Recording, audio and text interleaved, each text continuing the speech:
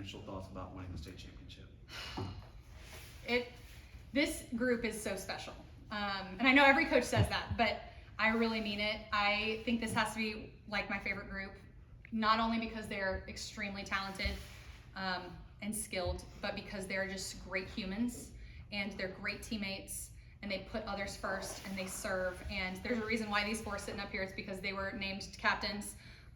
And you know, they led us throughout the whole season, you know, starting in Hawaii till this point. It's been a wild ride, and you know, we've gone through ups and downs, but these kids, you know, are gritty. They find ways to win when they're not playing well, and then when we are playing well, it's very hard to beat us. And so it's been a great year.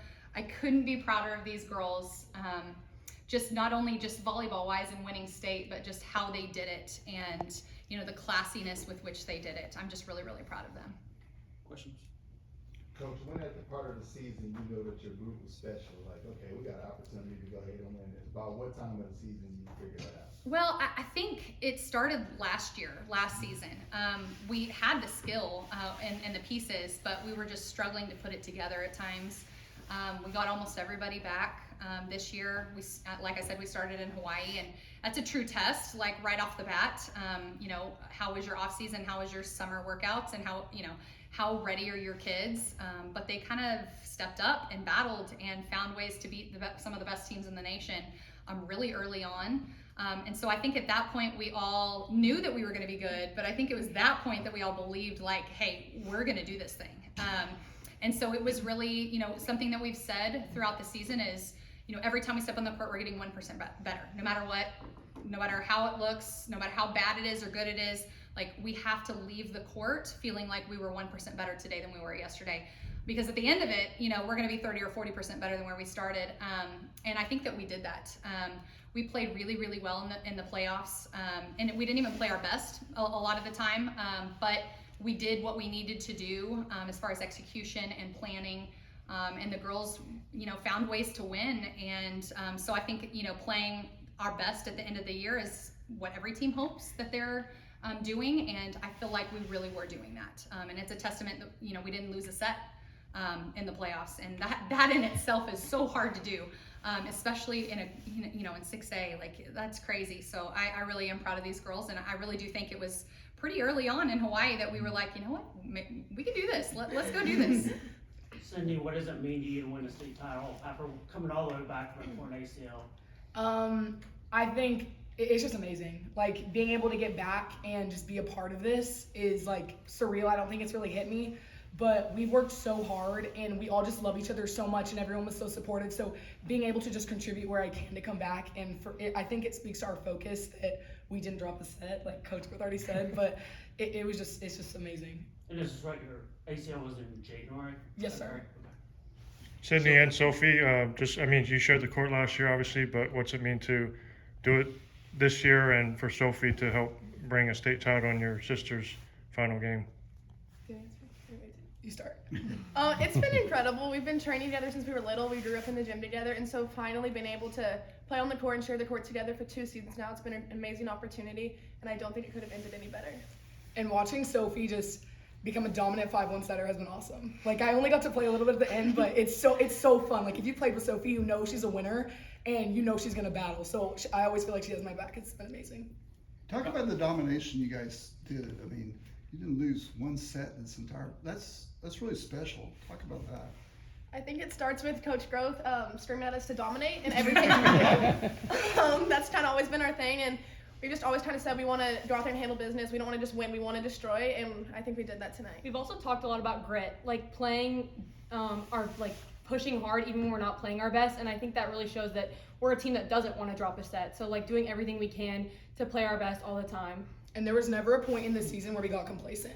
Like, we were always like, we need to be better, we want to be better, we want to be the best, and I think that's what led us here, because we never let each other get comfortable. We were always ready to push each other. Yeah, when we found some dips in the season, we would come together as a team and collect off the court, and that's what really pushed us and helped us get stronger as a team and be able to grit it out, even when we're not playing our best volleyball and not having our best skill day. In practice, we always build each other up, and I think that really pushed us through the season. Talk about being number one in the nation now, and not just the state, but the nation. What's that mean to you? So when we first got the ranking, Coach Groth told us it was rat poison, which is true because it's really easy to like I said, get complacent. We're like, oh, we're number one, like we're better than everyone. But Coach Groth did such a good job of keeping our heads small and not letting us get big heads that it's Took a page awesome. out of Nick Saban's book, you know, rat poison. Like Don't it's listen to awesome, him. but I feel like it didn't affect us as a really- team. no. Like it really Yeah. didn't. When we heard that, we were like, okay, but like It let's was a get cool better. title. It got people to our games, but Barstool loved it. But like, Barstool loved other it. than that, like it was just a ranking. Like we didn't really play because of that. Like we played for each other. And speaking of that, talk about your fans. I mean, y'all have a big fan support. We worked to get our fans Yeah. here. We really did. It's built throughout the season. Yeah. So we were like, okay, we wonder why. They're like, oh, our volleyball team might be a little good. And then, okay, now we're doing good in district. Then We offered pizza. we offered Offered pizza. pizza. And they came and they're like, wow, this is so fun. And then, yeah, everyone just wanted They to pop finally out. started going. So. Yeah, they realized we're good. And then they were like, oh, we gotta go. Yeah, the support we've had from like even our staff and students, like everyone has just been so loving and supporting this year, and that's really helped. And like fundraising and all this like has really pushed us this far and helped us own up to our title. And the whole community, we have signs like Yes. dragging out. We love Trophy Club. Yes. Tell us about your only loss this season. How did that help y'all going into as far as mental preparation? Like, okay, we're not gonna lose anymore. We lost mid-tournament in Hawaii, and the next match was against Miracosta, and we had to win. Like, we didn't have time to pout about it. We had to turn around and figure out how to win the next match.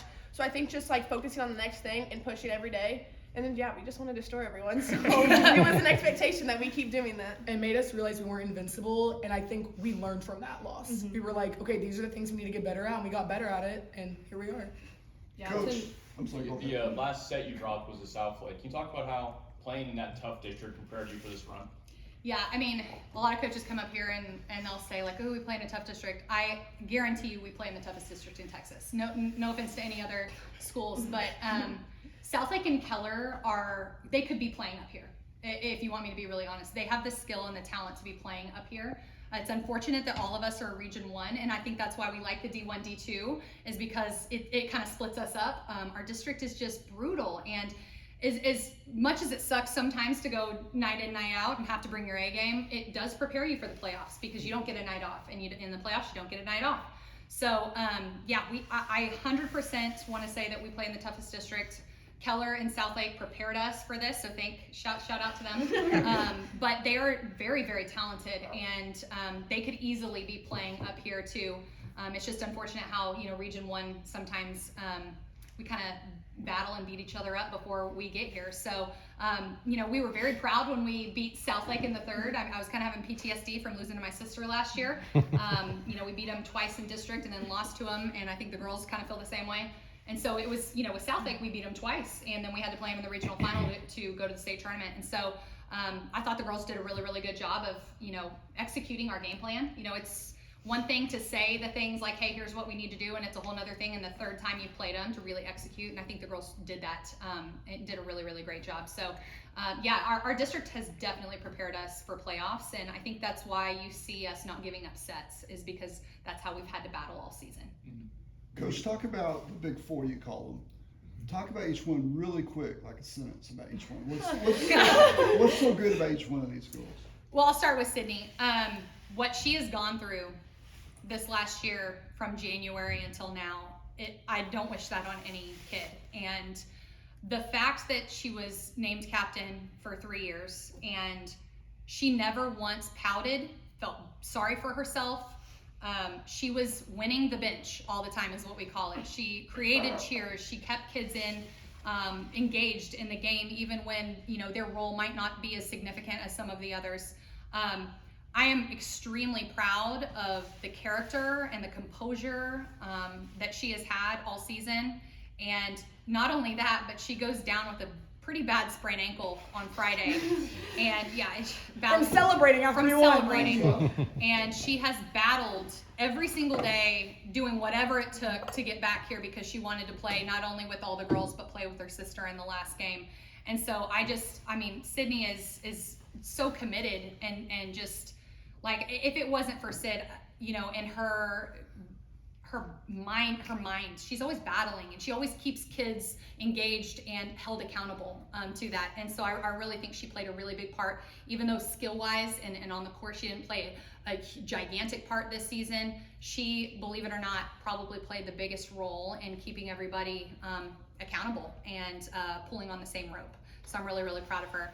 And then you got Soph over here, who is just such a stud. Like, it's crazy to me, and she's heard me say this before, but it's so crazy to me that she's a sophomore.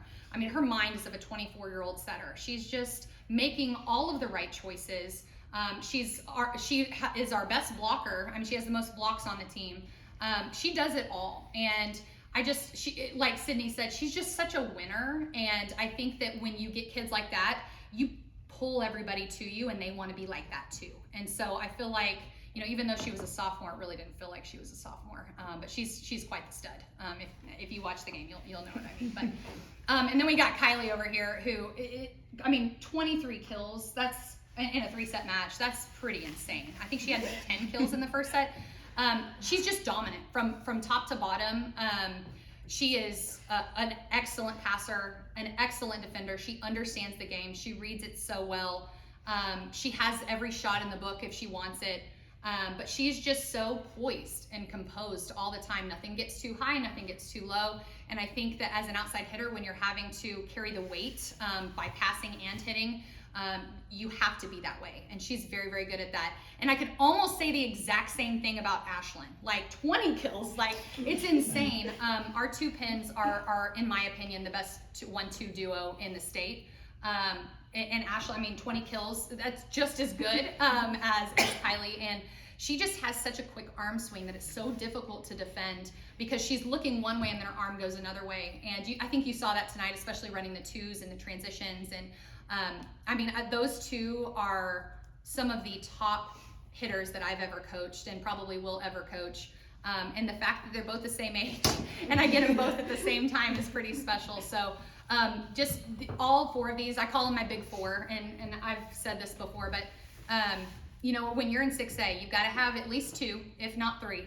But I was extremely blessed to have 4 this year, and sometimes 5 and 6. So I just think these are team first kids. They're very, very special.